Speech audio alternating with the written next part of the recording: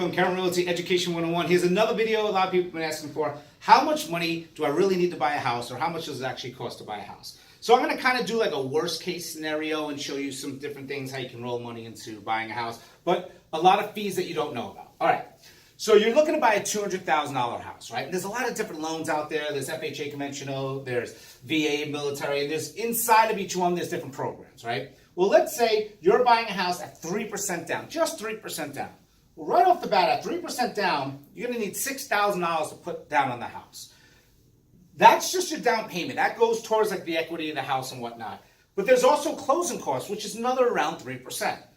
Well, that 3% of $6,000, we can roll that into your mortgage, right? So basically, when we say that like seller contributes 3% towards your closing costs, what you're really doing is you're really just putting it into your loan and you're just paying it over 30 years. So this $6,000, and that's 99% of the time, you don't have to worry about it, and we can just kind of negotiate it into the loan. Okay, so back to this. Well, you have 3%. You got to put it down towards a house, right? That's $6,000. All right, awesome. Well, you also get a home inspection. You legally do not need a home inspection. You should always get a home inspection. Well, there's $6,000. Well, let's say that's another $400 because you got to get a home inspection, and then you have to maybe get a 4-point and wind mitigation.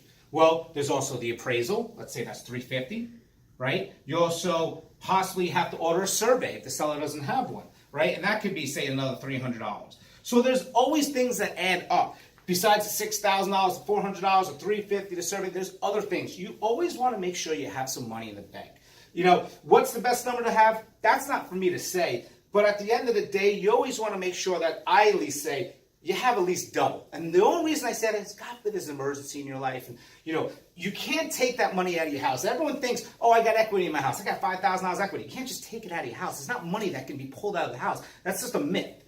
Yes, there's equity in your house, but it's just in a savings account. Think about it that you can't touch, right? So you put all this money down. You might need some other fees, you know.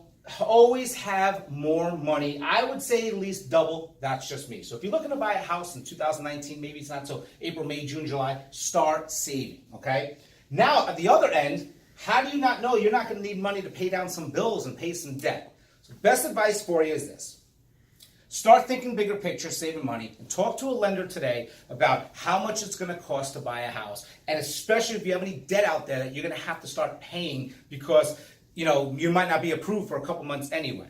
So this is a good thing to go, a formula to go to, 3 to 5% of what the purchase price is going to be, plus the extras. The closing costs, we'll get them rolled in for you. We'll show you how to do that. And any other questions you have about buying a house and want me to go more into depth, have a sit-down 101, call me today. I'm Kerin Realty, how to buy a house.